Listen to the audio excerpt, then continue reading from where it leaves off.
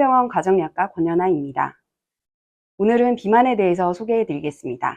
비만은 질병입니다. 일반적인 비만은 몸무게와 키를 기준으로 체질량 지수라고 하는 BMI를 확인하는데요. 체중을 키의 제곱으로 나눈 체질량 지수를 기준으로 25 이상을 비만으로 진단을 합니다. 이뿐 아니라 저희 병원에 내원하신 분들께 키, 몸무게, 그리고 허리둘레 또한 잽니다. 허리둘레가 남자는 90cm, 여자는 85cm 이상인 경우에 복부 비만으로 진단을 합니다.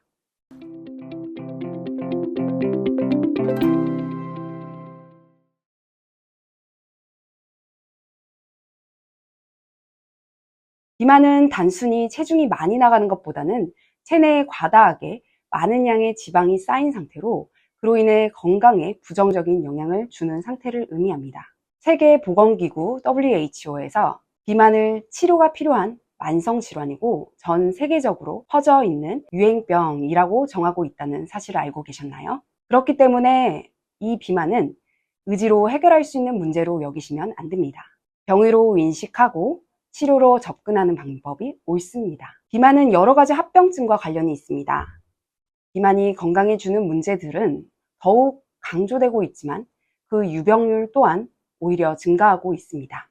특히 코로나19로 인해 실내에서의 생활이 늘고 배달 음식을 즐겨 접하게 되면서 우리나라의 경우에는 젊은 층의 비만, 중장년층의 비만이 증가하고 있습니다. 비만은 많은 질병의 위험도를 늘립니다. 대표적으로 고혈압, 당뇨, 고지질 혈증과 같이 대사질환과 관련이 있으며 심혈관 질환으로는 뇌경색, 심근경색 등이 있습니다. 이 외에도 10가지 이상의 암, 수면무호흡증, 관절염, 우울증 등도 이에 해당합니다. 비만을 유발하는 원인이 크게 유전, 약물, 호르몬 불균형 등이 있습니다. 이 외에도 2차성 비만, 즉 원인이 비만 이외로 갑상선 기능 저하, 쿠싱 증후군 등 유발 원인이 있는 경우로 유발 원인을 해결하면 비교적 효과적으로 치료가 가능합니다. 두 번째는 에너지 섭취량, 즉 인풋이 에너지 소비량, 즉 아웃풋보다 많아 생기는 비만입니다. 이러한 인풋이 아웃풋에 비해서 많아 생기는 비만이 전체 비만 환자의 90% 이상을 차지하고 있습니다. 그래서 가장 기본 원칙인 인풋을 줄이고 아웃풋을 늘린다는 전략이 가장 핵심적인 비만의 해결 방법입니다. 하지만 이것이 어려운 이유는 우리 몸은 항상 일정하게 유지하려고 하는 항상성이 있기 때문입니다. 그렇기 때문에 식사량뿐 아니라 기초 대사량 조절, 호르몬 등에 의해 몸무게를 일정 수준으로 유지하려는 경향이 있습니다. 열심히 노력을 하였음에도 불구하고 다시 원래의 체중으로 복귀하려는 경우가 많은 것 또한 이 때문입니다. 소아 비만의 경우에도 성인 비만으로 가는 경우가 많은 것이 바로 이 때문인데요. 많은 에너지 섭취량으로 인한 지방세포가 증가하고 이로 인해 성인이 되어도 체중을 빼기 어려운 경우가 굉장히 많습니다. 우선 비만은 여러 가지 호르몬의 작용과 관련이 있습니다. 먼저 혈당을 조절하는 호르몬이 있는데 비만은 인슐린 저항성을 높여 당뇨 발생을 높입니다. 이외에도 포만감을 조절하는 호르몬인 렙틴과 식욕을 조절하는 호르몬인 그렐린이 있습니다. 이 호르몬들의 경우 호르몬에 대한 내성이나 과다 분비로 인해 비만이 생기기도 합니다. 다음으로 스트레스를 조절하는 호르몬인 코티솔이 있습니다. 이 호르몬은 스트레스를 받을 때부터 분비되는데 분비를 촉진하여 몸에 방어작용을 하는 역할도 하지만 이 호르몬의 분비 증가는 복부지방 증가와 관련이 깊습니다.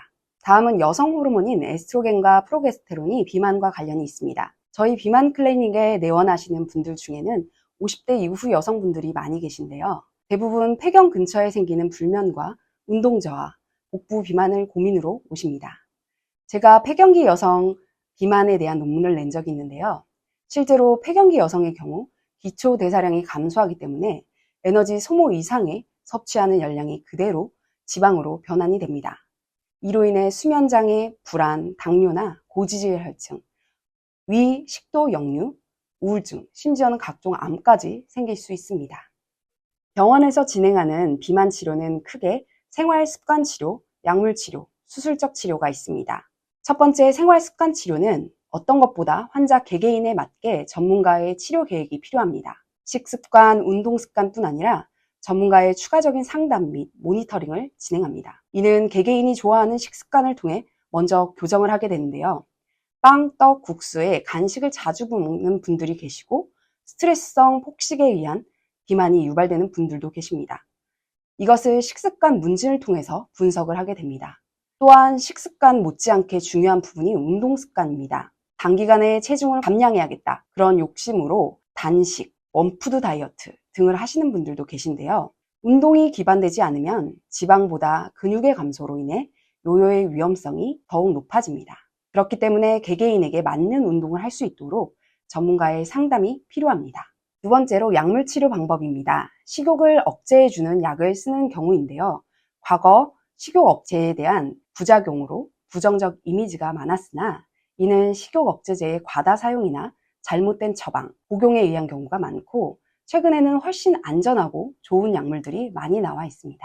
12세 이상의 청소년부터 사용 가능하며 장기간 안전하게 사용할 수 있는 것이 연구 결과 입증되었으며 비만에 의한 대사질환이나 심혈관 질환 등 보호 효과가 입증되어 있습니다.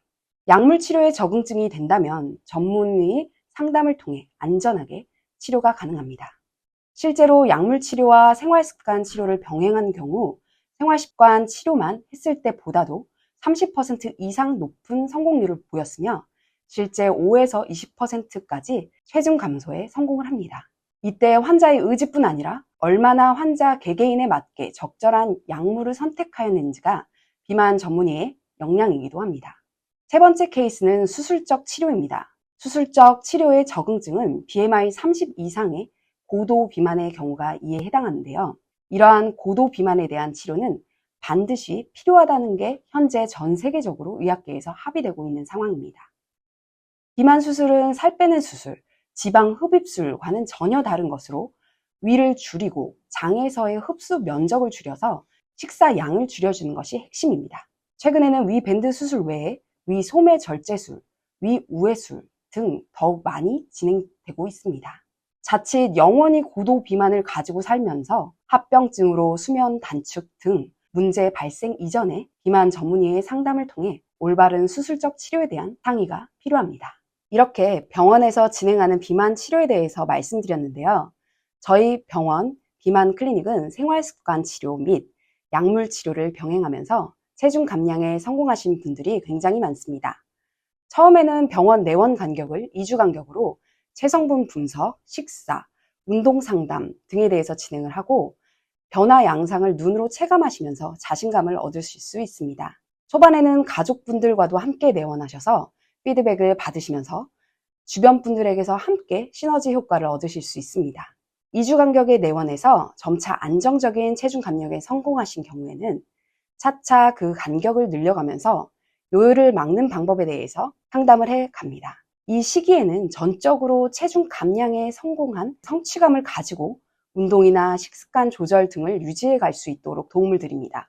보통 비만 완치 기준은 1년에서 2년 이상 감량 체중을 유지하는 그때입니다. 병원에 꾸준히 오시는 분들은 대부분 체중 감소에 성공을 하십니다.